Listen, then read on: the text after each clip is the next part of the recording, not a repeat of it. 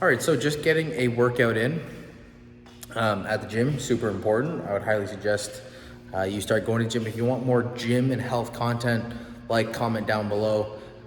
Personal training for a long time, and I've been biohacking for a very long time. So if you have any questions, put them down below. But I've been speaking about AI for a long time, and it's been about business. It's been about how to really make your personal life more efficient.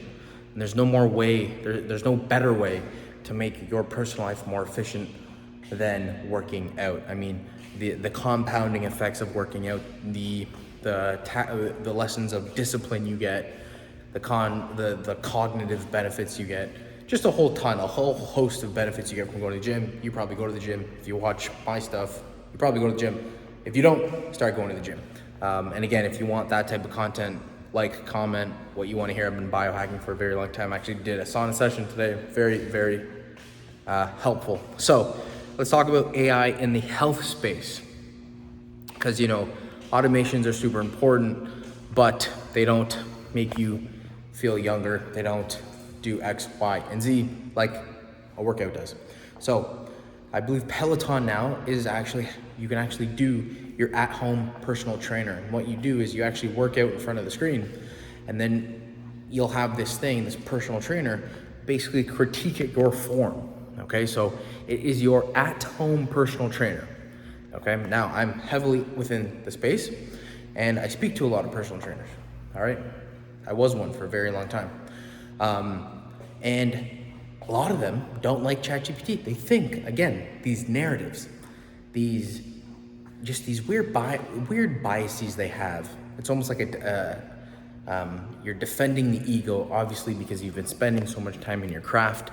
Just like if I say to a lawyer, hey, ChatGPT or AI is going to steal your job, obviously they're going to get very defensive. Makes sense. So a lot of these personal trainers, they don't, okay? Now it's probably ignorance, but they don't understand the power of ChatGPT, and they still don't want to use ChatGPT, which is fine. I used it for a very long time, and my clients loved it because it was such a great, it was fantastic programming. I had great programming, I had a great diet list and everything, X, Y, and Z. But what was more important is that AI is now coming into the health space. So for instance, Peloton, again, your own personal trainer. Personal trainers, they can be expensive depending on what level you are. So you can get a Peloton, you can kind of just pay up front with the Peloton and then have your own personal trainer.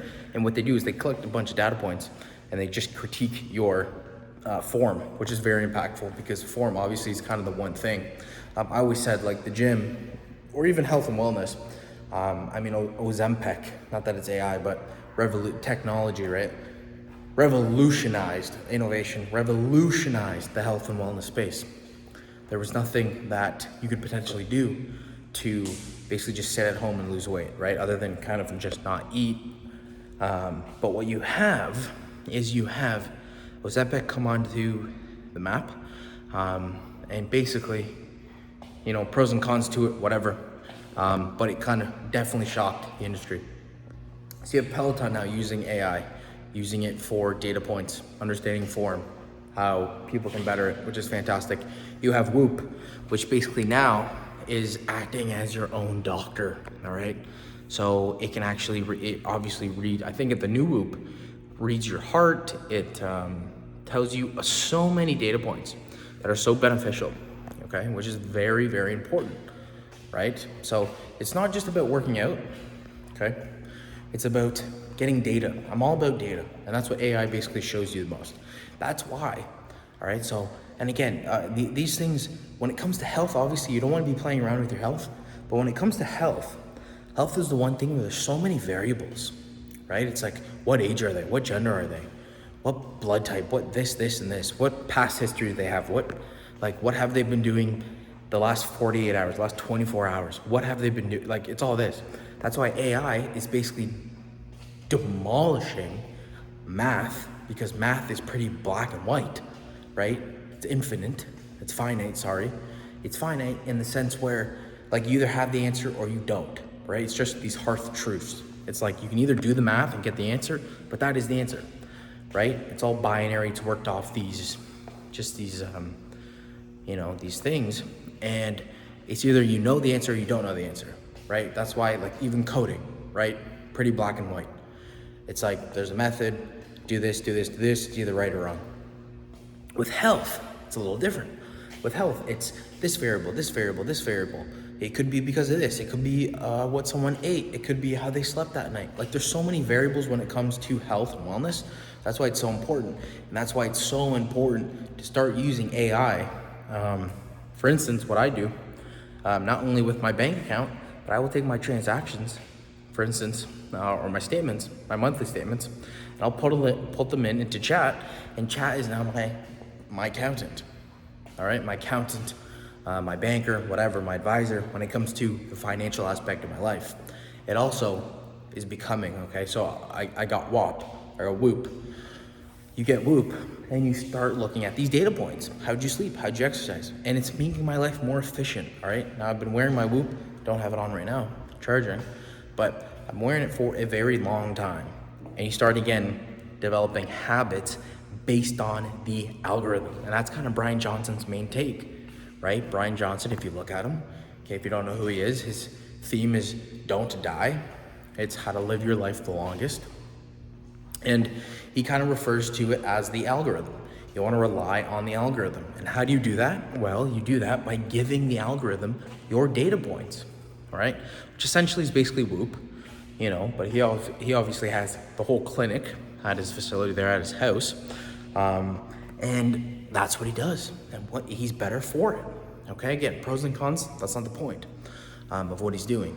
The point is he has a lot of data, and that data helps him make decisions. I don't want to be ever making a decision without data points. I want to use the data to my favor, in my favor. I want to benefit from collecting data, whether it is good or bad. So when it comes to AI in your health, how can you use LLMs? You can potentially take your, your current records you have on file, or if you go to an appointment, you can, and are there actually studies coming out, I believe, where doctors are actually using AI, using these chat models. I believe for lawyers, I believe it's called Harvey. Don't quote me on that, but I think it's called Harvey. And what they do is basically the Harvey, I think, it's a lawyer. I believe lawyers do it. I have to look more into that. But I believe there's one now with doctors, all right? And now doctors are starting to use AI to better help, better diagnose, because you don't want to ever, you don't want to misdiagnose, and it's very common. I mean, we're human, right? That's why you want to rely on these AIs. So once they have all the data, I mean, the healthcare system will drastically change. Okay, it's going to be drastically different, more efficient, no more waiting lines. I mean, the wait these days in Canada, it's absolutely insane. Okay, free healthcare. But yes, you do have to wait if you want to go into the merge. But the point being, AI is going to drastically, again, change. It's kind of the theme. Change every industry, okay?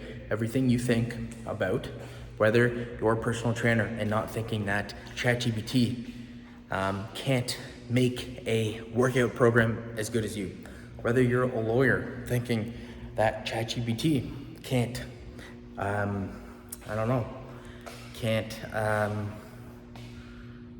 fight as good as you, right? When it comes to court, you're wrong. It will be able to, right? People are going to want AI lawyers because they just know they know the rules inside and out, right? Yes, ethics, it's a little different story depending on what case you are fighting. But for cases that are pretty much black and white, you're just gonna wanna hire an AI, super cheap, and they probably do things a lot better. All right, so I'll end off there and we will go with that. Now, lastly here, before I do go, if you wanna learn how to use ChatGPT and use better prompts, all right, the majority of the population, then just click right up here and I will show you how to do that. All right, take care. And again, if you want workout content, just let me know, but press here on how to use ChatGPT 5. Take care.